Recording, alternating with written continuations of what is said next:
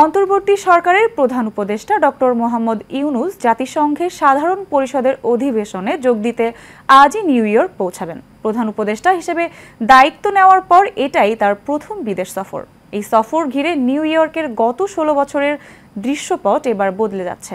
অন্তর্বর্তী সরকার প্রধানকে স্বাগত জানাতে প্রস্তুতি নিয়েছে বিএনপি, অপরদিকে বিক্ষোভের প্রস্তুতি নিচ্ছে আওয়ামী লীগ। মাহে আলম জেমসকে সাথে নিয়ে যুক্তরাষ্ট্র থেকে আরও জানাচ্ছেন বাতেন বিপ্লব।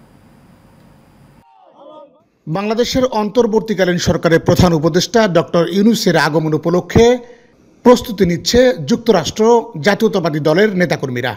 এর মধ্যে বিএনপির নির্বাহী কমিটির আন্তর্জাতিক বিষয়ক সম্পাদক আনোয়ার হোসেন খোকন যুক্তরাষ্ট্রে এসে পৌঁছেছেন। তাকে স্বাগত জানাতে জন এফ কেনেডি বিমানবন্দরে জড়ো হন বিএনপি ও অঙ্গ সংগঠনের নেতাকর্মীরা। এ সময় তারা ডক্টর ইউনূসকে আতিথেয়তা দেওয়ার জন্য নানা ধরনের আলোচনায় অংশ নেন। বিমানবন্দরে নেমে গণমাধ্যমের সাথে কথা বলেন আনোয়ার হোসেন খোকন। তিনি বলেন, ডক্টর ইউনূসের এই সফরকে কেন্দ্র করে সব ধরনের সহযোগিতা করবে বিএনপি। অন্তর্বর্তীকালীন সরকারের প্রধান হিসেবে দায়িত্বভার গ্রহণ করার পর এটাই তার যুক্তরাষ্ট্রে প্রথম সফর।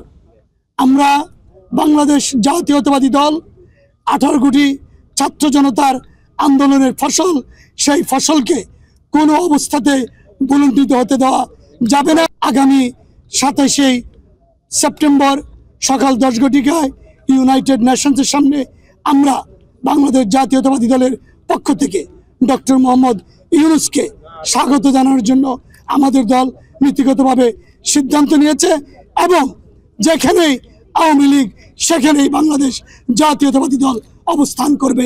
পাশাপাশি যাতে কোনো ধরনের অপ্রীতিকর ঘটনা না ঘটে সে বিষয়ে তৎপর রয়েছে বিএনপি নেতাকর্মীরা। আমাদের কেন্দ্র থেকে নির্দেশনা দেওয়া হয়েছে, আজকে অন্তর্বর্তীকালীন সরকার প্রধান ডক্টর ইউনূস এখানে আগমন করবে, আমরা ওনাকে স্বাগত জানাবো। আওয়ামী লীগের সমস্ত চ্যালেঞ্জ আমরা আগের থেকেও নিছি, এখনো নিব এবং আগামী দিনে বাংলাদেশে একটি সুষ্ঠু সরকার যতদিন পর্যন্ত গঠন না হবে, গণতান্ত্রিক সরকার, আমাদের আন্দোলন অব্যাহত থাকবে। ঘৃণিত সরকারের চেলাবালা যারা নাকি চুর বাটপার নিউ ইয়র্ক শহরে আছে, তাদের বিরুদ্ধে আমাদের প্রতিরোধ চলবে। যেখানে থাকবো সেখানেই প্রতিবাদ গড়ে তুলবো ইনশাল্লাহ।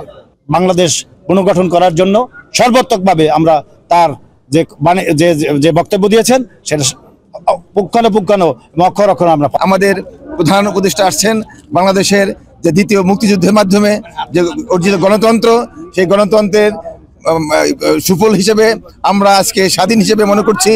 4 দিনের এই সফরে 27 সেপ্টেম্বর জাতিসংঘে ভাষণ দেবেন ডক্টর মোহাম্মদ ইউনূস।